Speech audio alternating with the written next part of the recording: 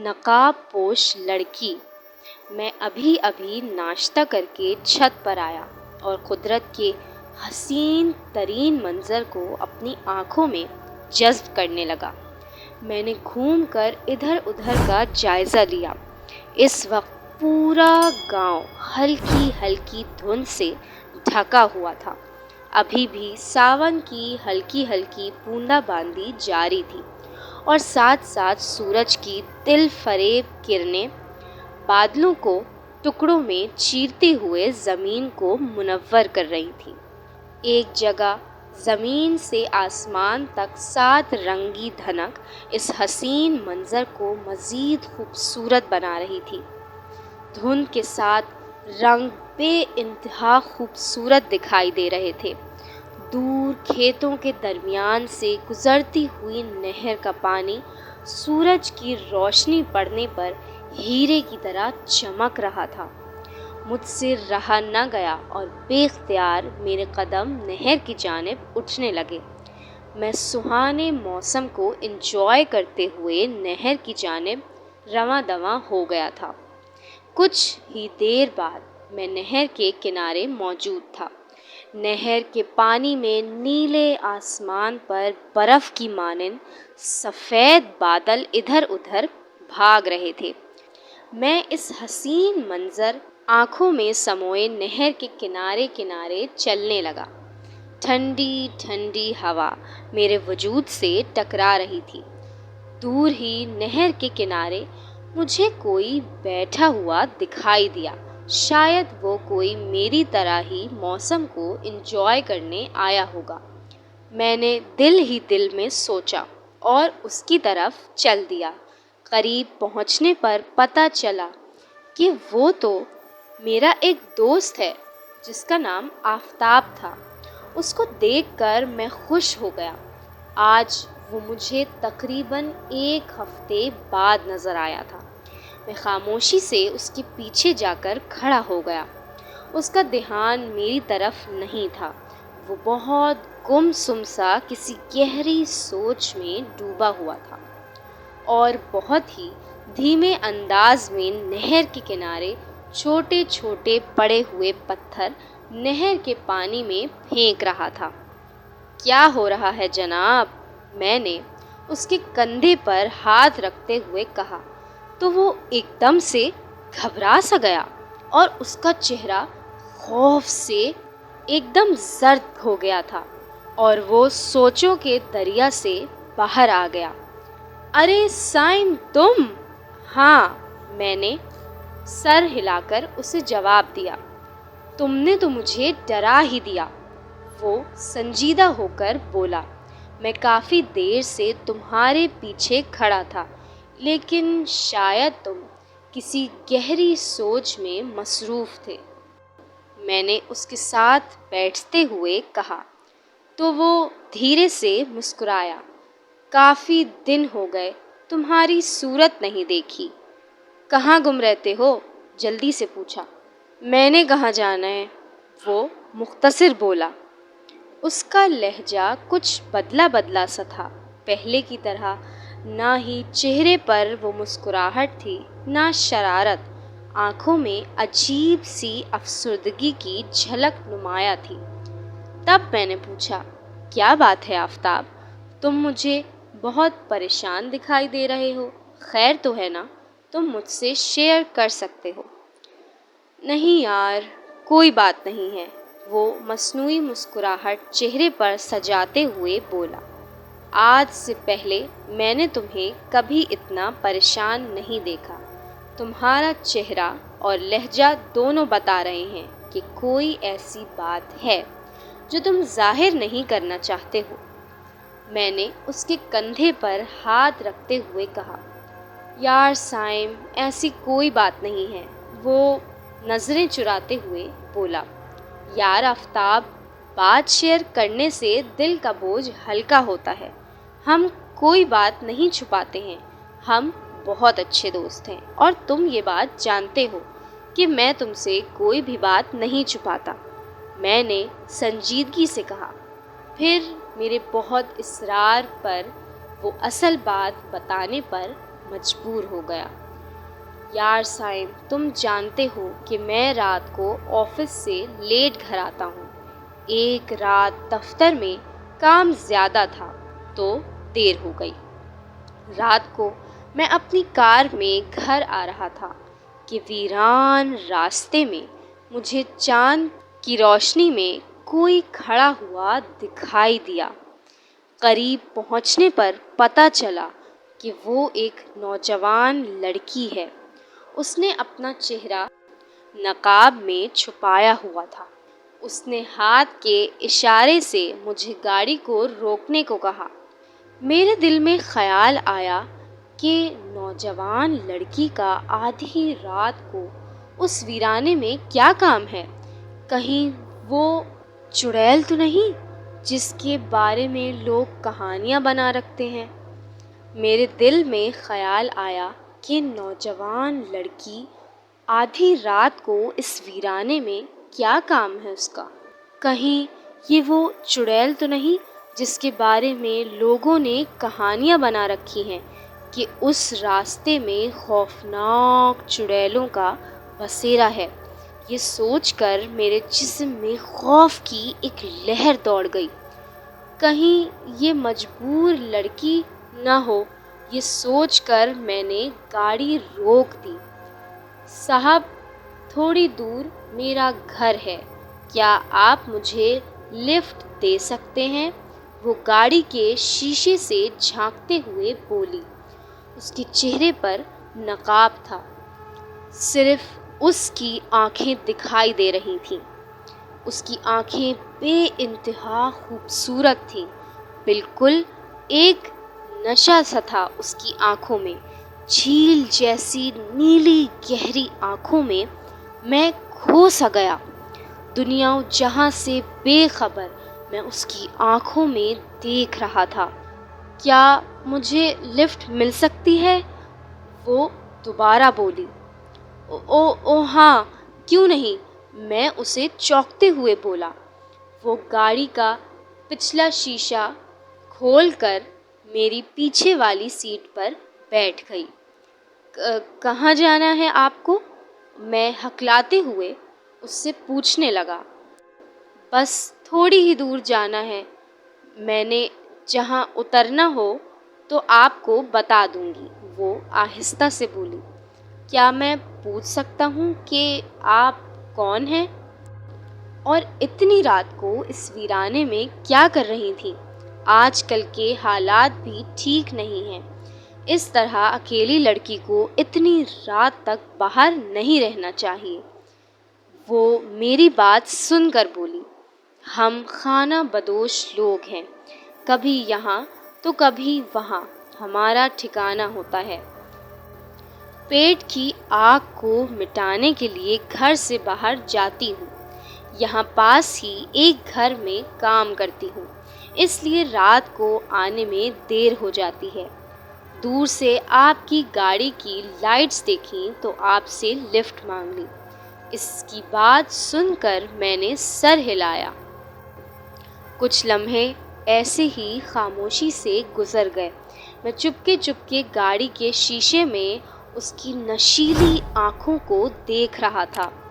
بس آپ یہاں پہ روک دیں، وہ خاموشی کو توڑتے ہوئے بولی۔ میں نے گاڑی روک دی۔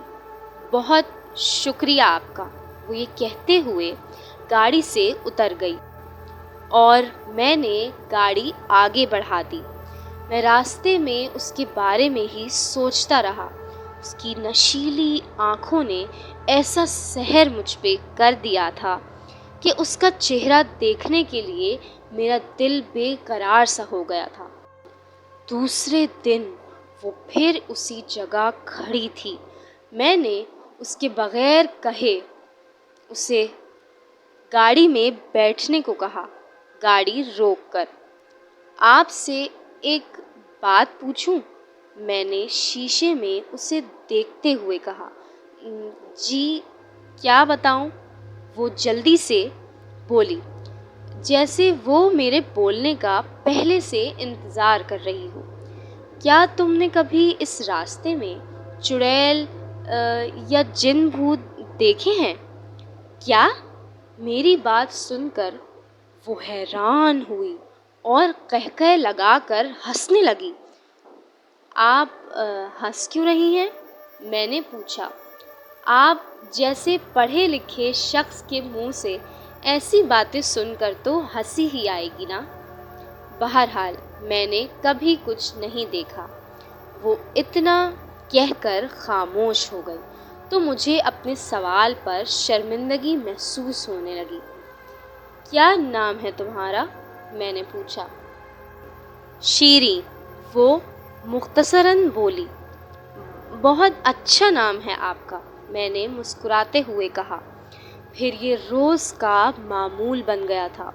وہ روز رات کو راستے میں میرا انتظار کر رہی ہوتی اور میں اسے اس کی مطلوبہ جگہ پر چھوڑ دیتا تھا۔ ایک دن میری طبیعت ٹھیک نہیں تھی تو میں باس سے چھٹی لے کر شام کو ہی گھر کی طرف روانہ ہو گیا۔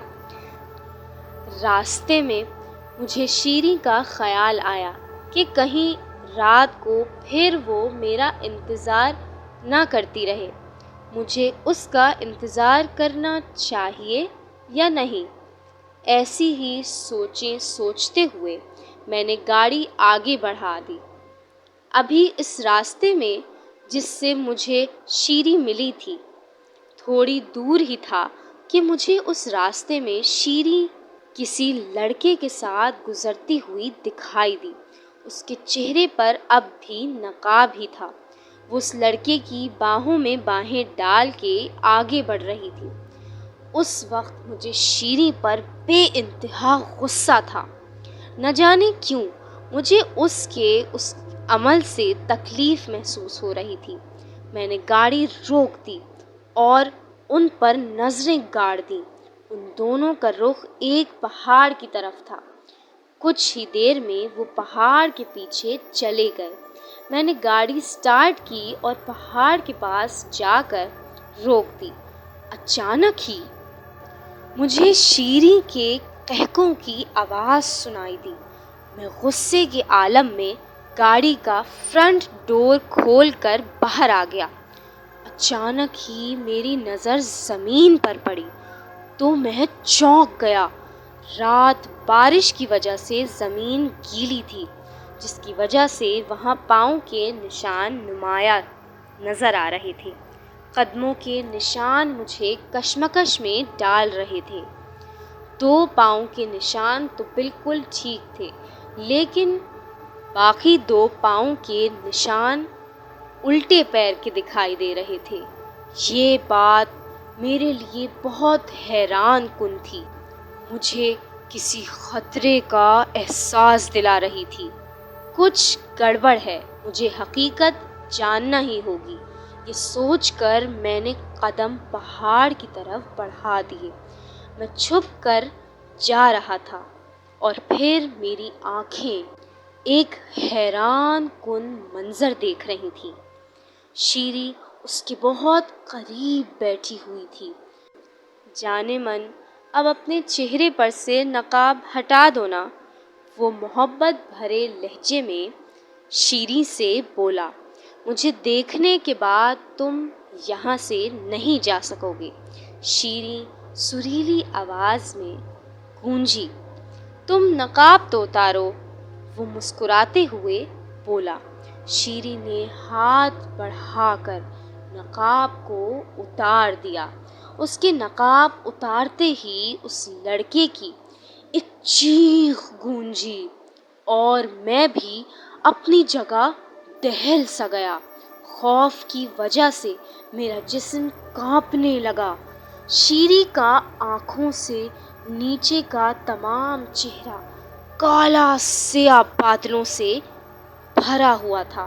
سرخ ہونٹوں سے دو دانت باہر نکلے ہوئے تھے۔